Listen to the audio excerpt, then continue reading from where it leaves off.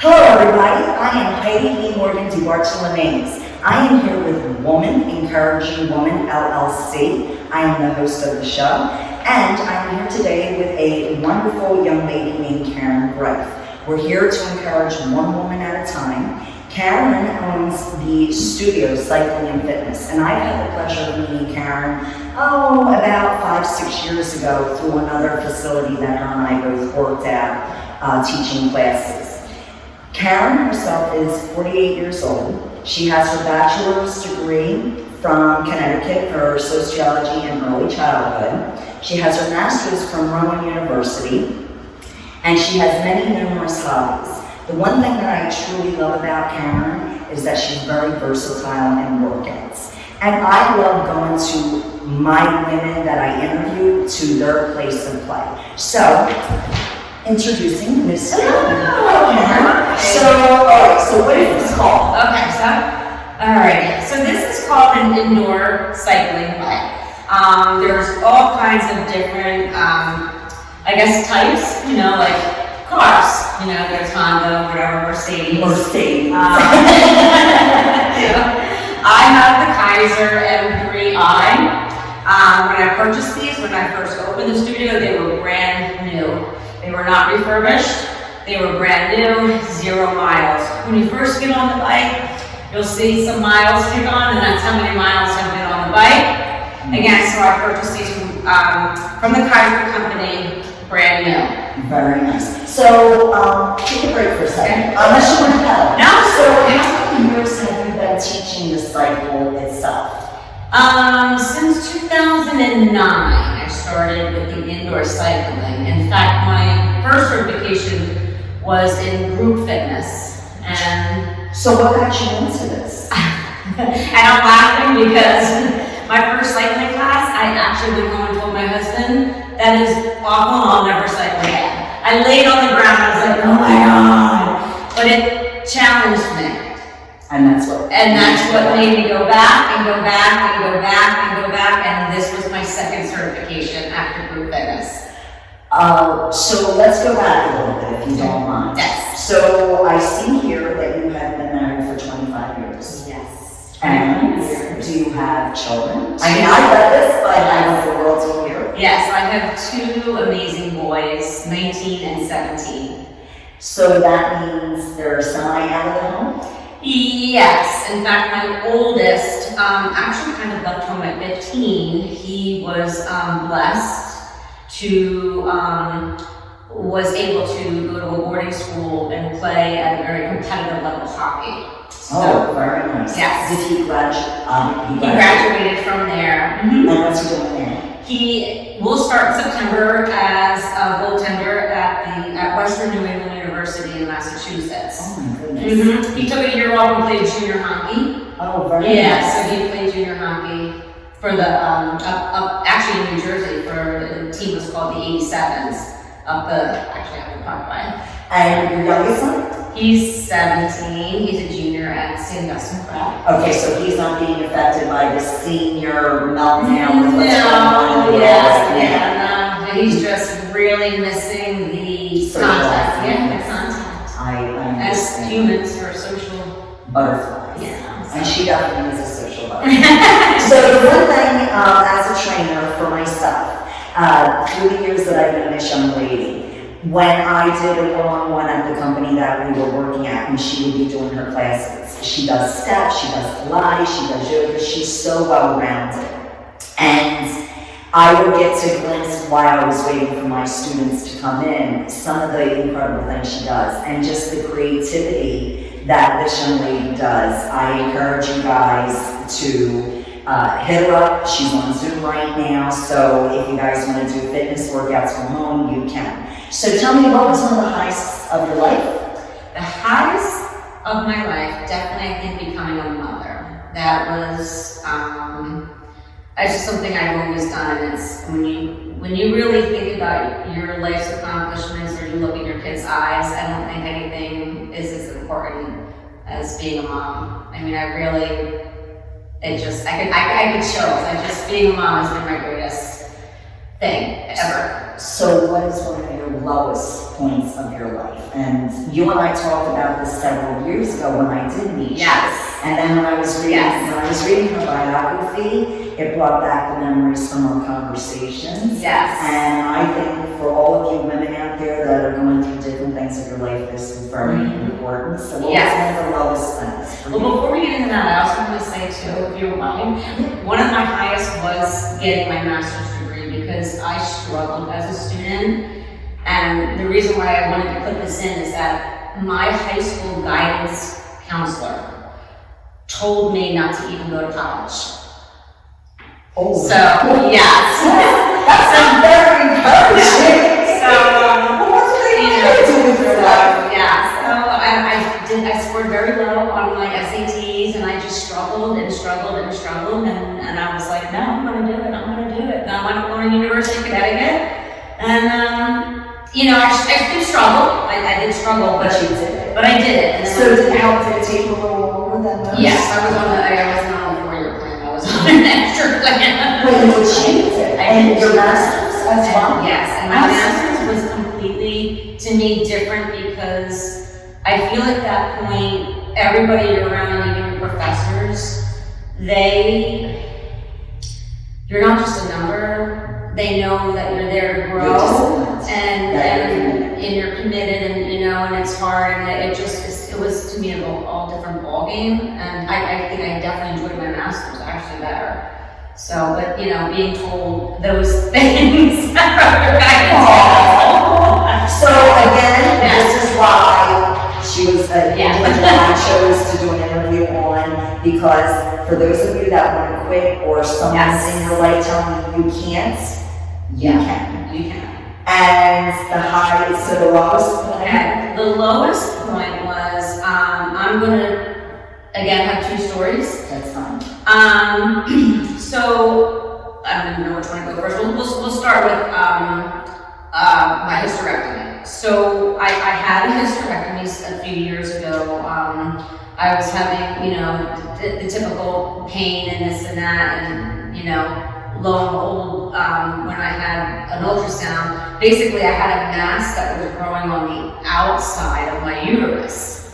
And it actually encompassed my uterus, and then was pushing my uterus down on my bowel, and that's where all that pain was coming from.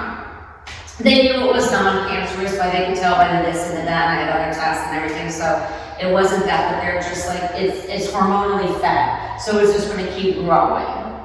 So I opted to have it removed. During the surgery, which was supposed to be a very quick and easy surgery with this robotic machine, it was not as easy, and it was not as easy as they thought. So it was more invasive. It was more invasive. When I came out, I actually got very sick. I guess they were just pulling and this and that, and I wind up having blood poisoning, and anyway. Being home, when I was released and I was being home, I was by myself and instantly thrown into that surgery, they call it surgically, induced menopause. And I was home. And I had all these emotions going, and I was so lonely. And one day it dawned on me, I get all these texts, but not one person took the time to come over. And that really bothered me, because here my husband's working full time and running home and taking me from the bed to the couch. He's throwing a load of laundry in, he's running my boys. He was like Superman plus. I couldn't have, and cooking, and I said to my one friend, I said, I realized, and here's an analogy, no one brings you a casserole anymore. And I get it that everybody's busy, and that's the problem, is that we are too busy. And I think looking at what's going on in our world right now, that has a lot to do with it. I think God is angry. And I don't mean to say he's a terrible person.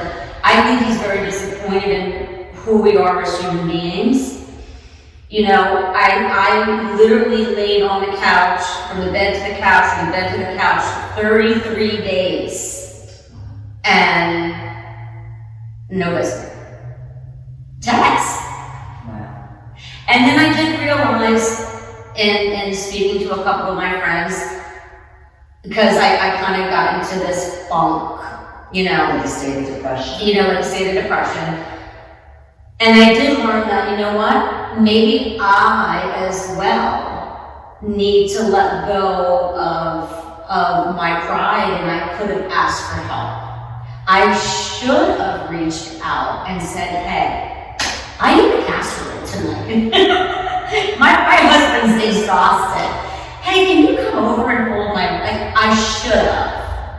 You know, but that's just me. Do you think that has a lot to do with, because You know. like your career that you're in, I find with myself. I'm a caretaker.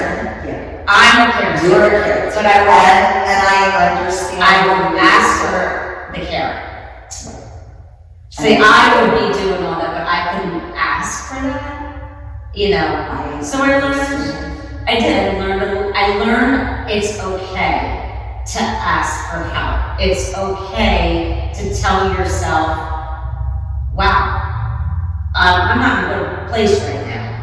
You know, I need a hug, I need a lending hand. I need you to come sit with me right now because I'm losing my mind. You know. Wow. So. All right. What was the second? The second, again, thinking about, again, that depression thing, and I think women, I'm going to say this for women, I don't think women are, I think we're told to poo-poo or, you know, get over it or get through it, but going back to when my 15-year-old had this amazing opportunity to play in Massachusetts for a very good private, you know, boarding school that had a heck of a hockey team. You know, they won all kinds of this and that, and he was given a chance, you know, to be that starting goaltender, and you know, he wanted it. So I didn't want him to go at 15. I wasn't ready to let go, but you make sacrifices for your children, and you know, you want them to, you know, for whatever was going to happen out of it. How do you know unless you don't try? So this, I'm just reflecting back now. I knew you at 40. You were 40 going through this, and you didn't go into as much detail as you are now, which it's a healing process. Right. Like, so I've known you over 8 years. Yes. And I knew some, but you were just like one emotional thing on top of the other. And here you put a smile on it. Every day. Wow. Every day. You know. So my question to you is, you know, I asked the highs, the lows. So What got you through all of this Yes. when you started that? Yeah, so it's hard, you know, going back to with the going back to the hysterectomy part, I was angry at anyone and everyone. And I was always to a point where I was like, you know, I'm not gonna get my friends ever again. Like, you know, but I had to, and I say forgive them with love because I was hurt. But again, I also took that and learned a lot about myself too, that I had to ask for help, and it's okay. And it doesn't make me a bad person, Right. you know, to ask for help. Right. And I should have asked for help. So to get me through that part, I think faith, because when I felt so angry, I almost heard this inner voice like, that's not you. You are not an angry person. You're not. I mean, exactly. She held things so well. Yes. I know she was hitting turbulences, but she's never opened up like this. So that's why I love this, because I find out so much more about individuals. You have to forgive for yourself, because anger will eat your soul.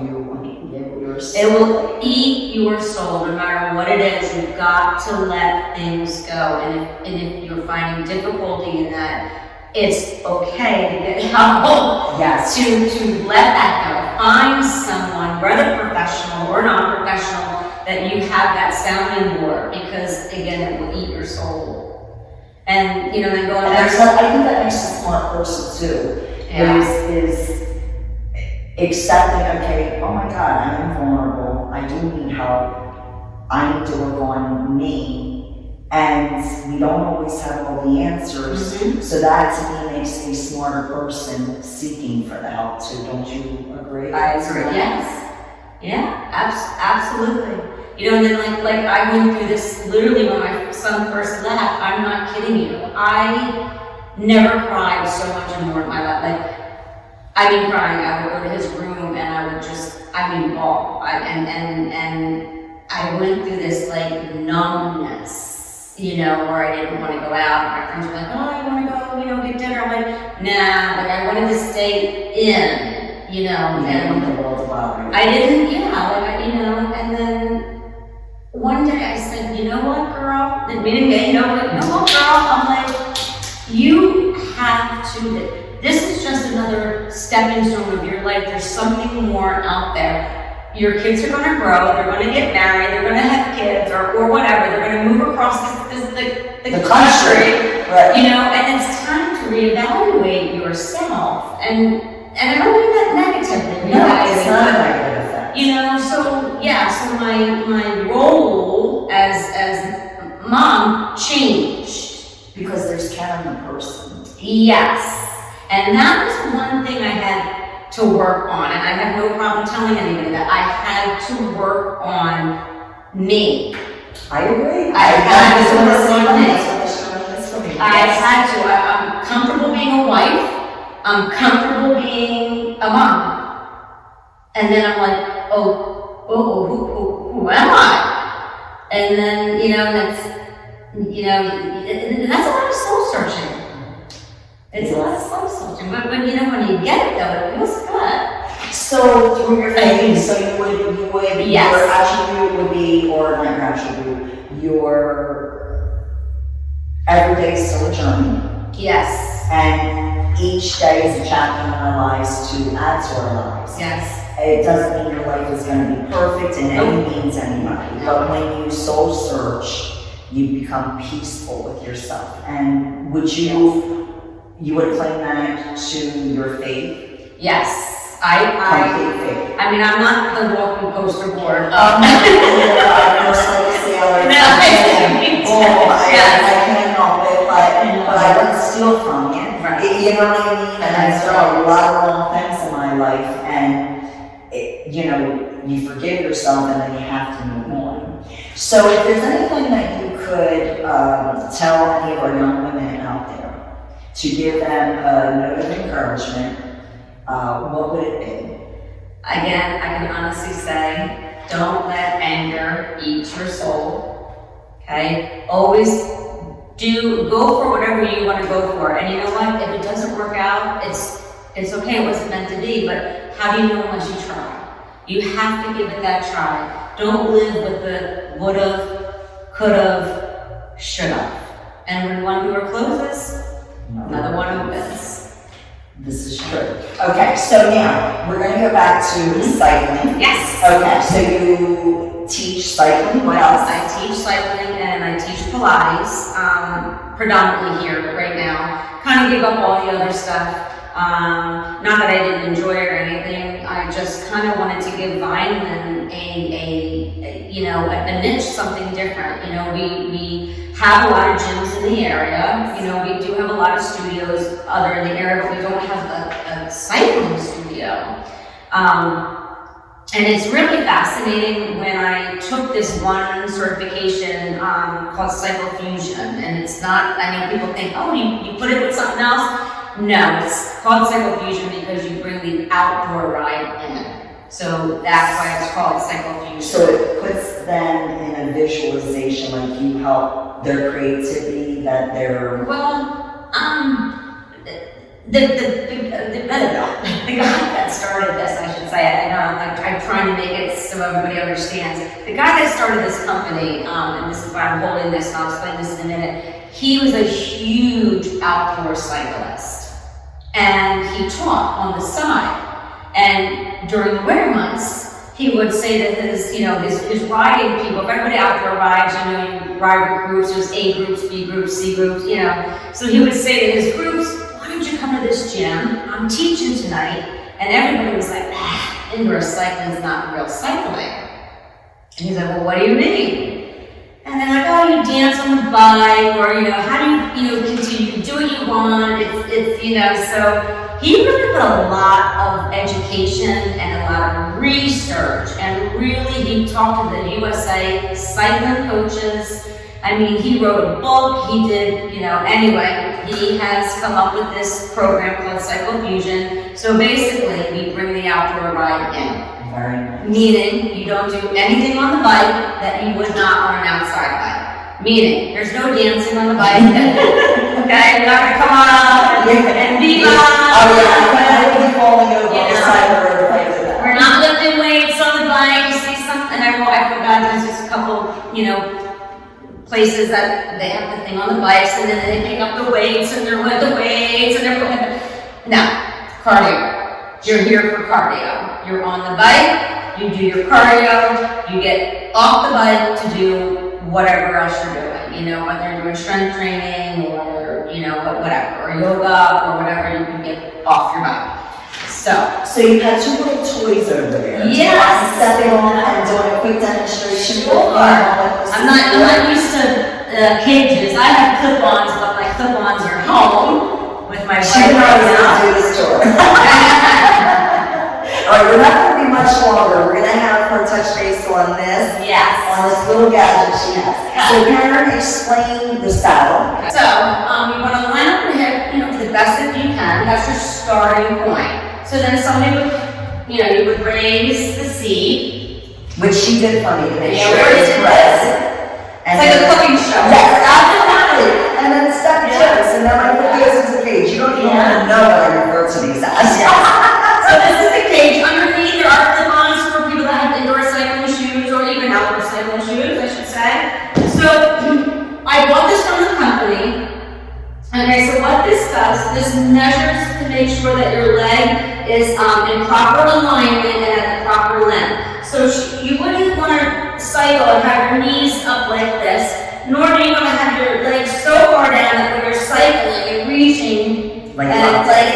Okay, so this measures proper alignment. We like to have it between 20 and 30, and again, of course, to your all the way down the street. Like that. Yeah. So then we go right underneath the knee, and then I line up to the hip line, okay, and we get your measurement. And then she would do both legs. Both legs. And now she has this other neat little component. Yes. So this. I'm like, well, these tools. I love this because I learned stuff new about the individual. Like I said, I've been here 8 years and didn't even know 1/4 of this stuff about her. So I love this. I love learning about people and their life and the wonderful things they do. So here's another one. Yeah, so then you come up, think about like a 9 and a 3 o'clock position. And then what we would do is right at the knee, you want to bring this, we call it a little bobber, and it should match right at the line here where it clips in. So she's good, except we would have to, obviously we would have to raise or lower, okay, according to, and again, we say tilt naturally at the hip, and you want to have your elbows drop inward, not outward, but inward, and this draws the shoulders down. So and again, with that alignment of your back, very neutral, we say no shoulder earrings. So you want to, not right here, and you don't want to ride down here, so you want to just find that kind of spot where there's like a natural tilt at the hip line. Very nice. So she also does Pilates. So we're going to go to that real quick, and she's going to demonstrate one thing Pilates. Okay. So face the camera for me. I'm going to be behind you.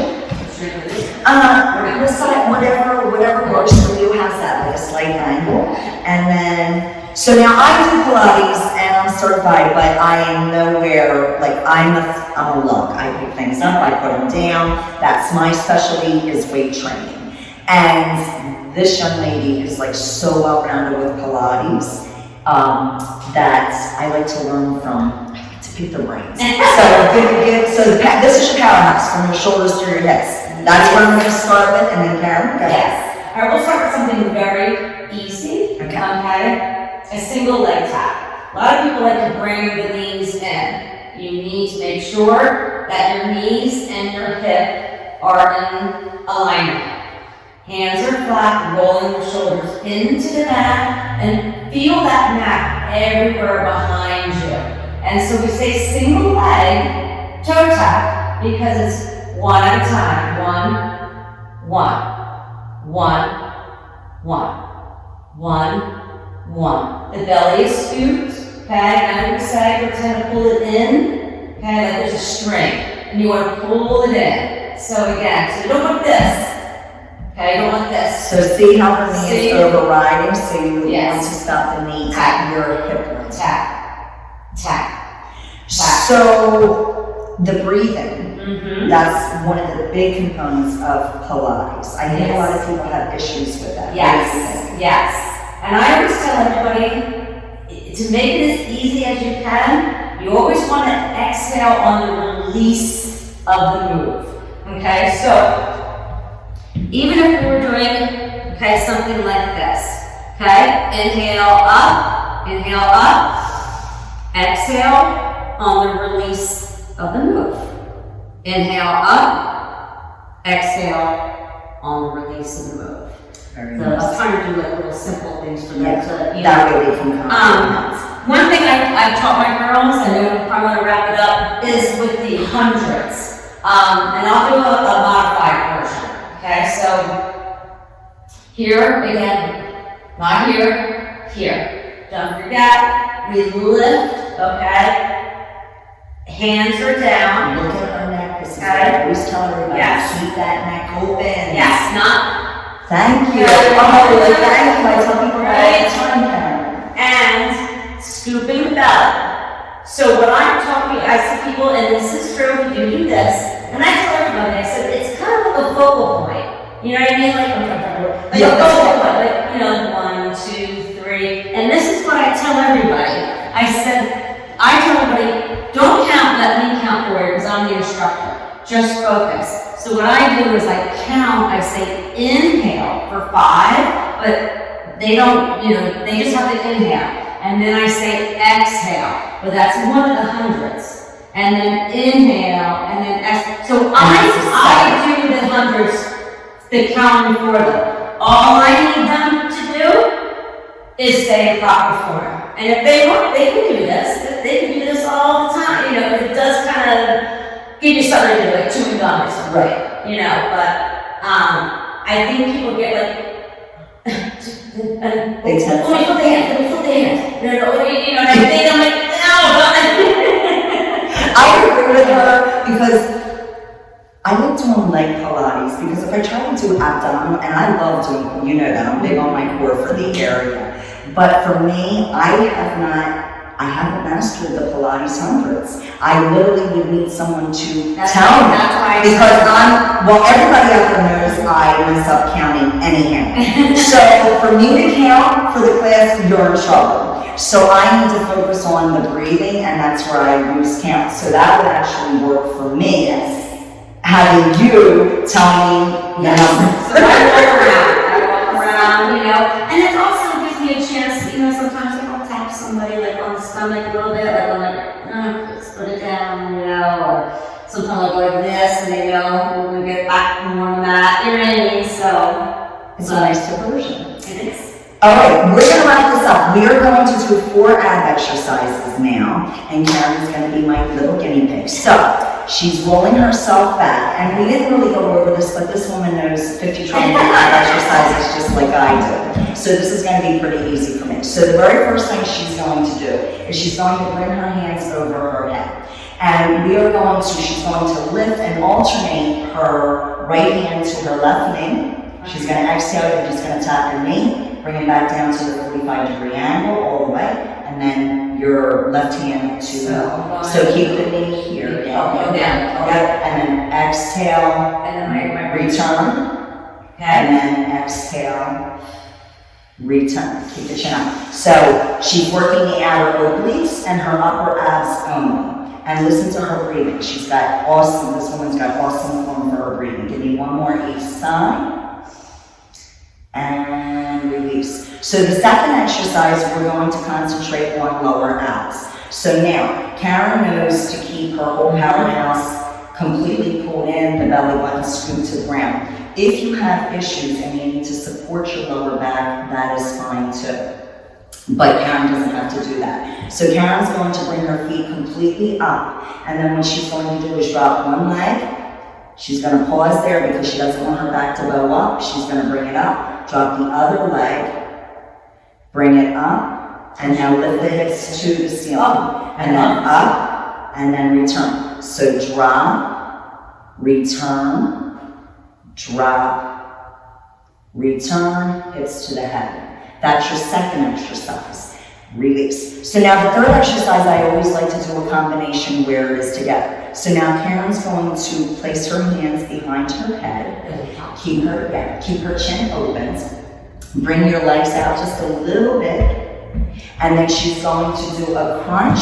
When she crunches up, she's going to bring her legs in, stopping in her hip alignment. She's not going to override with her knees. She's going to stop it, but she's going to pulse twice. So bring them up together and then pulse her body. 1, 2, and then down together. And again, 1, 2, and down. So she's doing the repetitions for the upper abdominal and a static hold for the lower, isometric. So everything is engaged completely. Beautiful. I should have had her give me the ab exercises. Flip it over. We are going to finish up with doing a Superman. And you know what? I'm going to take, I know I saw you have little balls. Yes. So I'm going to grab a little ball. I'm going to have a scene for a moment. Karen has all kinds of fun toys here. So Karen's going to place the little ball underneath. And then she's going to bring her hands down in cobra position. And she's going to do, kind of bring the ball under a little bit more to get it, and then lean it down where you can give that stretch. Now flex the upper body only. Raising the arms, and up, keep the arms in, keep the arms in, raise up, squeezing, and then going all the way back down, releasing. Exhale, down. So it's giving you a little bit of elevation. Her balls are hard, but if it's a softer ball, you can literally adhere to the ball and bring it back down. Pull it in. And go back to the camera, young lady. Yes, get your back. So these are the 4 ab exercises. Karen, I want to thank you so very, very much for joining me. Where can they find you? Where's your address if they want to participate? 3530 Oak Road. We are right next door to the vet animal clinic and Cynthia Roberts. Actually, kind of adjoined to Cynthia Roberts. I'm in the back. Yes. I'm in the back studio. Yes, and she's got her sign out front where you can see. So, thank you for joining us. If you want to try something different, come join the studio for the cycling, Pilates, total body workouts. Karen, I want to thank you so very, very much for sharing your story. I feel honored. I always. And listen, guys, be safe, peace, love, tranquility. Peace out. Thank you so very, very much.